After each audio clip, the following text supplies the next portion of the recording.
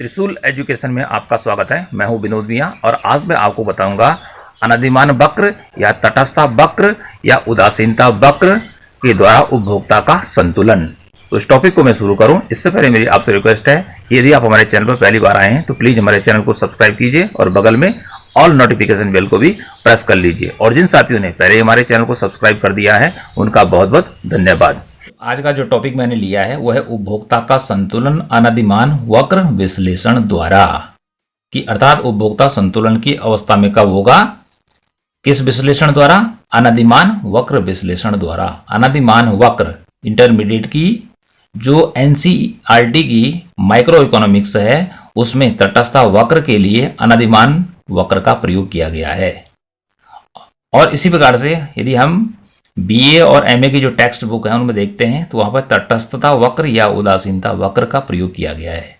तो यहाँ पर बतलाने का मतलब यह है कि अनधिमान वक्र कहो, चाहे तटस्थता वक्र कहो, चाहे उदासीनता वक्र कहो, तीनों का मीनिंग या अर्थ एक ही है। इसलिए तीनों शब्दों में किसी प्रकार का कंफ्यूजन नहीं होना चाहिए, अर्थात ये तीनों शब्द आपको याद होने चाहिए।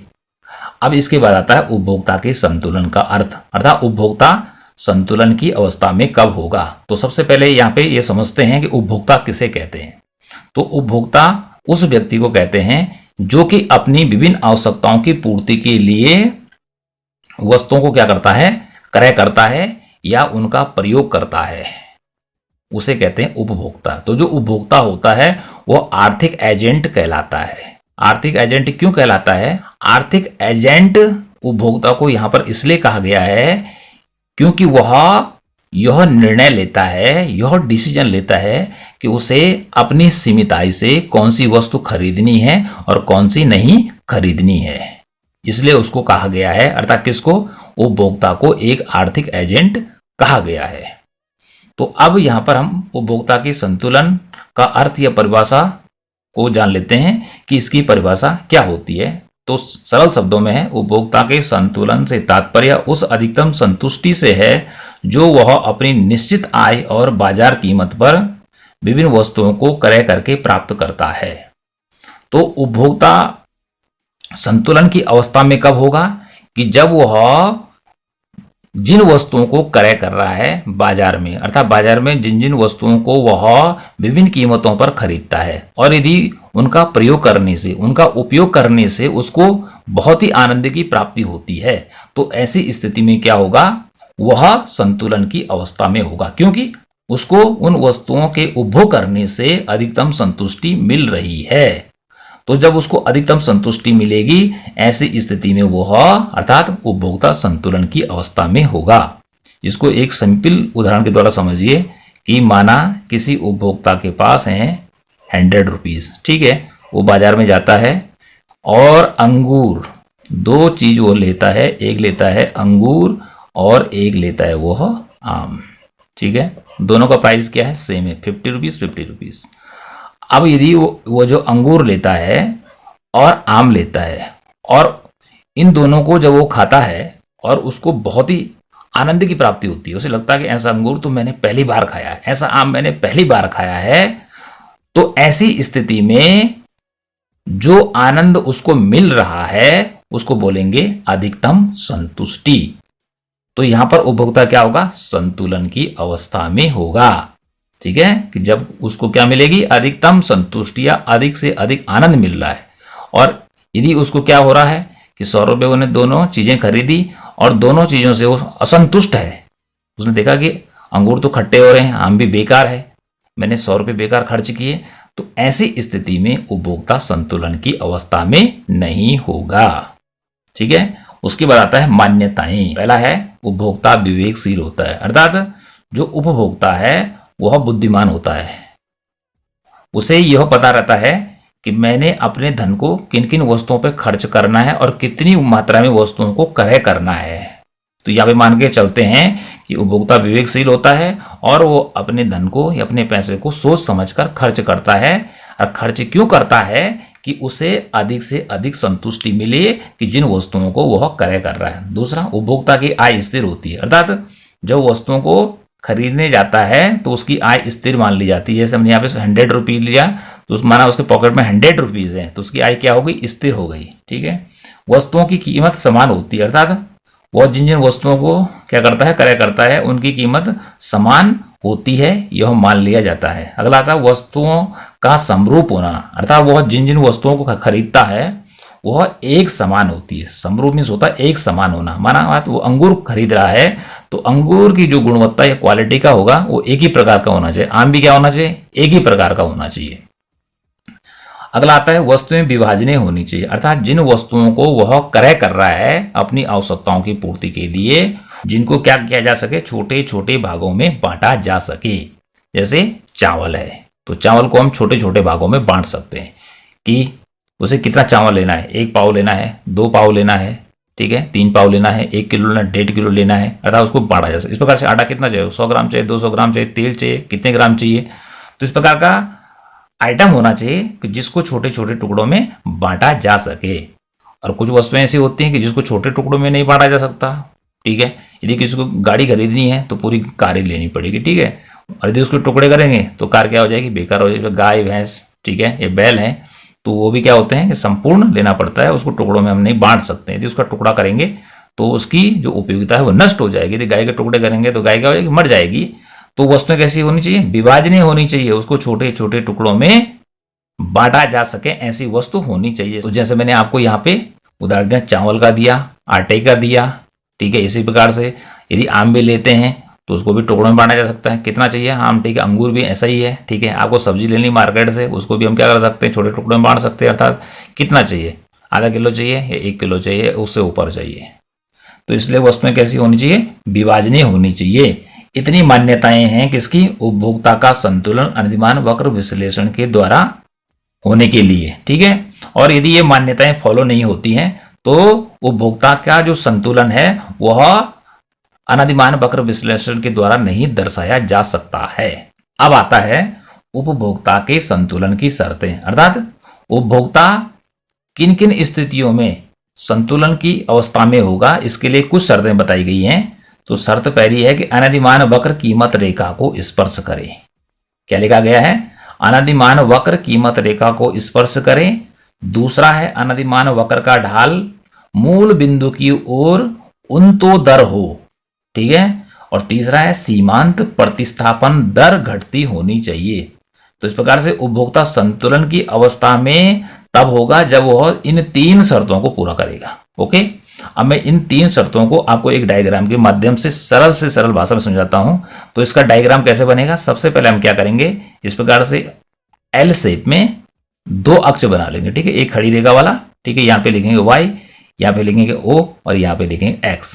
तो इस प्रकार से एक लाइन तो ये हो गई और एक लाइन खड़ी हो गई। इस प्रकार से ये 2 अक्ष हो गए, ठीक है। ये हो गया y अक्ष और जो पड़ी रेखा ये हो गई, इसे कहते हैं x अक्ष, ठीक है। तो जो ये o x लिखा है जहाँ पे, तो ये पड़ी वाले, लेकिन इसका टाइटल है x वस्तु, अर्थात हमने x वस्तु में क्या हो सकता है कि आप कोई भी फल या सब्जी दाल कुछ भी लिख सकते हैं, ठीक है।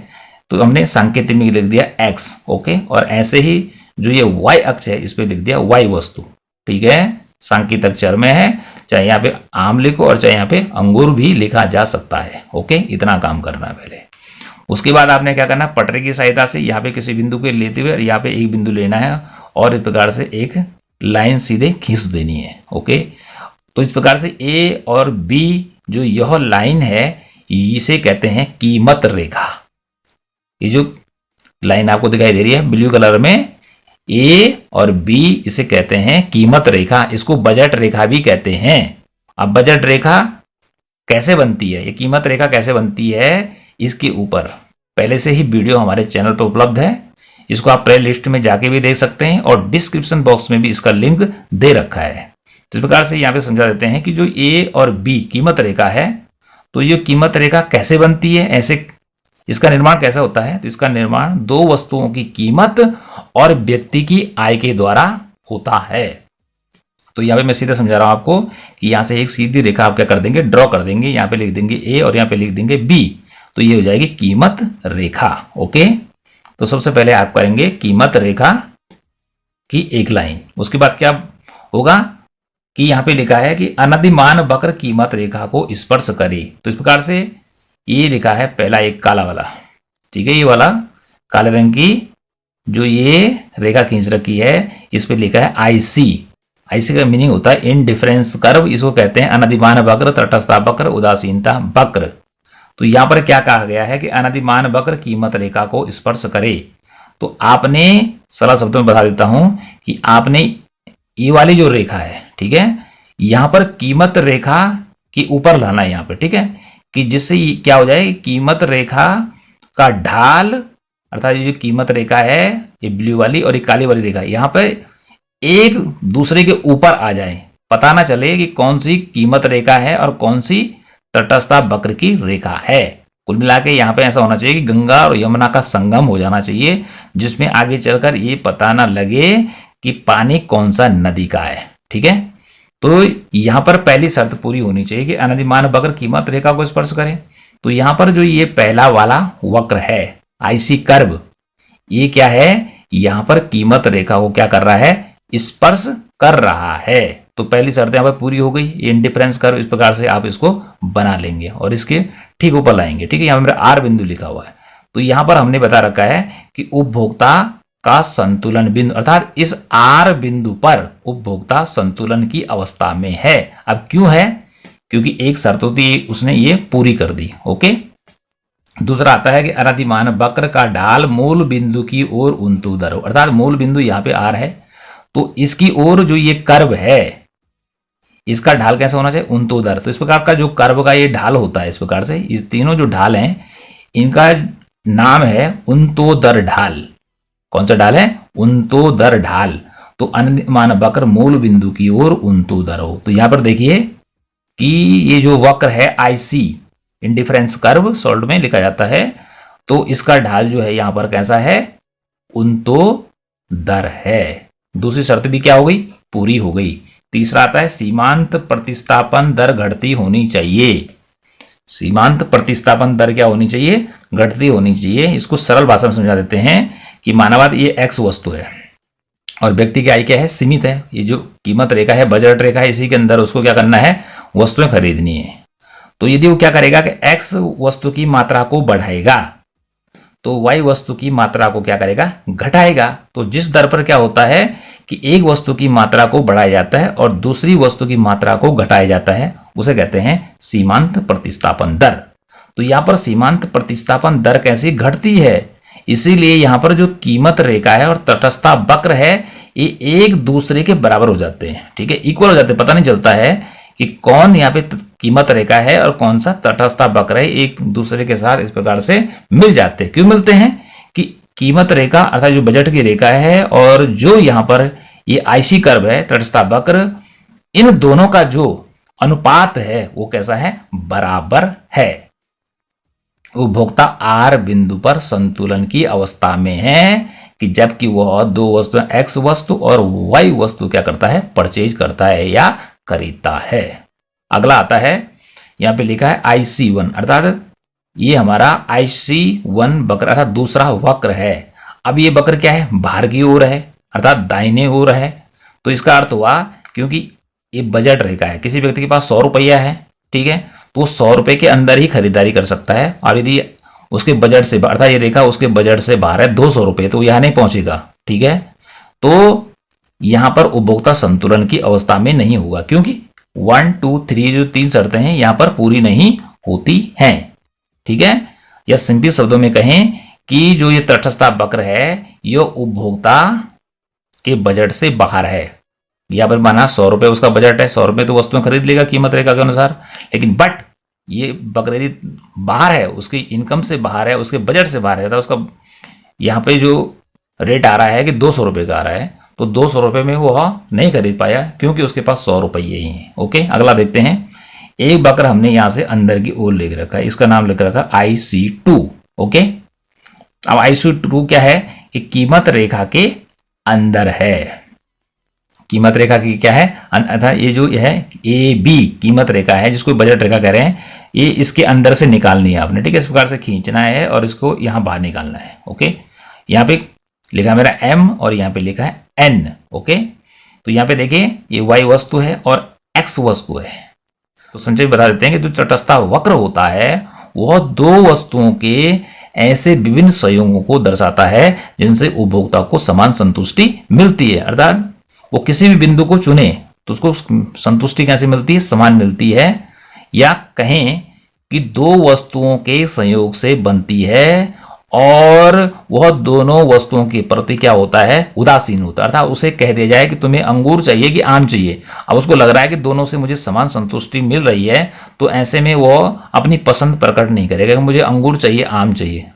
आम कहेंगे कि आपको क्या चाहिए, वो बोलेगा कि आप दोनों में से कोई भी दे दीजिए, क्योंकि उससे संतुष्टि इससे भी उतनी मिल रही है, उससे भी इतनी ही मिल रही है।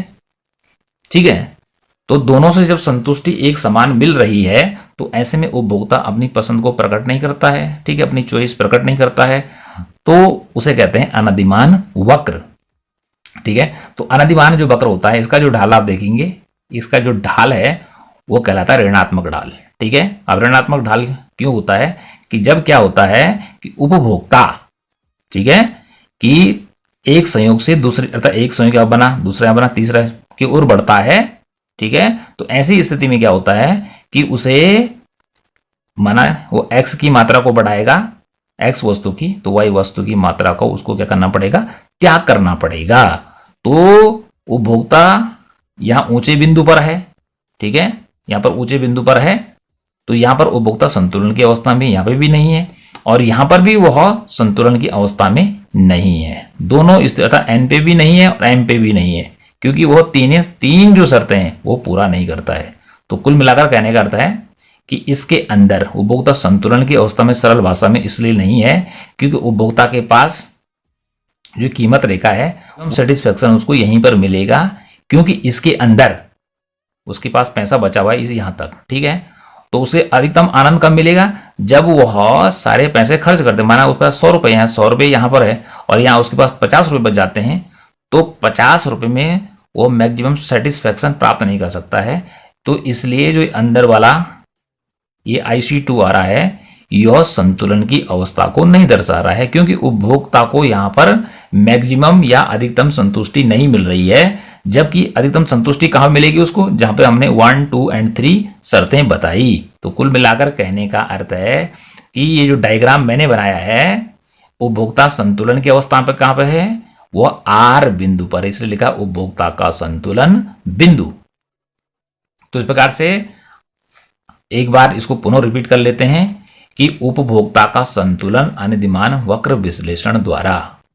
ठीक है, तो पहला आया कि उपभोक्ता का संतुलन का अर्थ। तो उपभोक्ता का संतुलन की तो ये तो परिभाषा हो गई।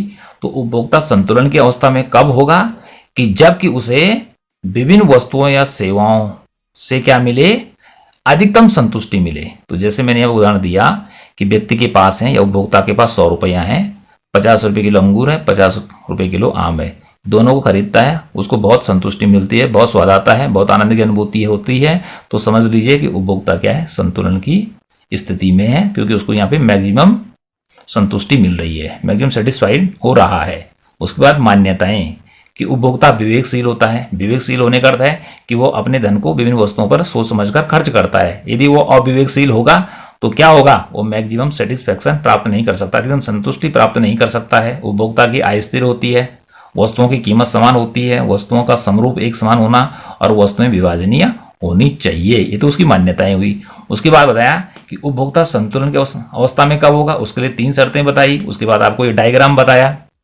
तो इसमें डायग्राम अर्थात माइक्रो इकोनॉमी से इकोनॉमिक्स में जहां भी डायग्राम बनाना पड़ता है वो बहुत ही इंपॉर्टेंट है। यदि आपने इतना सब कुछ लिख दिया और डायग्राम नहीं बनाया तो आपको पूरे मार्क्स नहीं मिलने वाले हैं। ठीक है, और यदि आपने डायग्राम ही बना दिया तो इतने में ही एग्जामिनर समझ जाएगा कि स्टूडेंट को क्या है, नॉलेज है।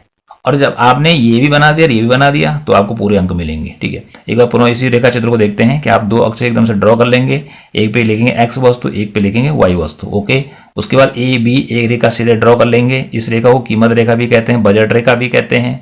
ठीक है, उसके बाद एक इंडिफरेंस कर्व बना लेंगे ऋणात्मक ढाल वाला इस प्रकार से, और यहाँ पे ए उसके ऊपर आ जाना चाहिए बिल्कुल। ठीक है, अलग अलग नहीं होनी चाहिए, क्योंकि यहाँ पे लिखा है अनधिमान वक्र कीमत रेखा को स्पर्श करें। तो कीमत रेखा तो नीचे है, अनधिमान वक्र ऊपर से आएगा तो इसके ऊपर आ गया। ओके, तो इस प्रकार से दोनों क्या हो जाएंगे, एक समान हो जाएंगे। ये पहला होना चाहिए।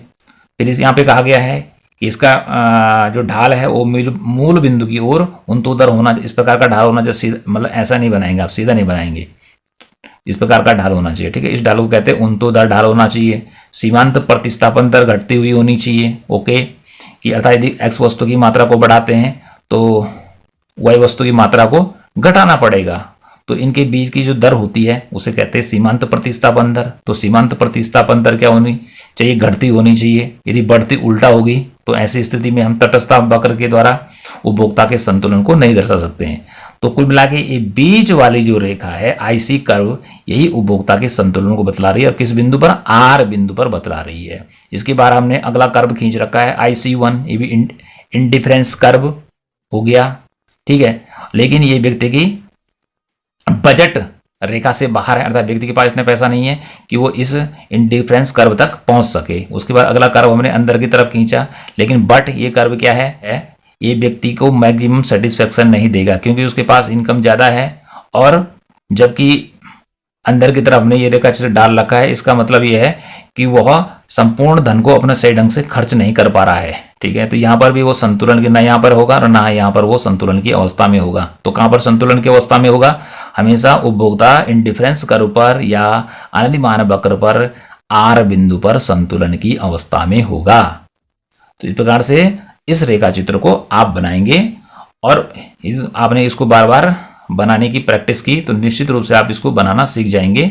और इसके साथ ही मैंने आपको बताया कि जो ये AB कीमत रेखा, ये बजट रेखा है, इसका वीडियो पहले से हमारे चैनल उपलब्ध है। ठीक है, और ये तटस्थ वक्र किसे कहते हैं, या अनधिमान वक्र किसे कहते हैं, या उदासीनता वक्र किसे कहते हैं, इसको अर्थात इसको कैसे बनाते हैं, इसका वीडियो भी हमारे चैनल पर पहले से उपलब्ध है। आप इसको प्लेलिस्ट में जाके देख सकते हैं या डिस्क्रिप्शन बॉक्स में भी जाके देख सकते हैं।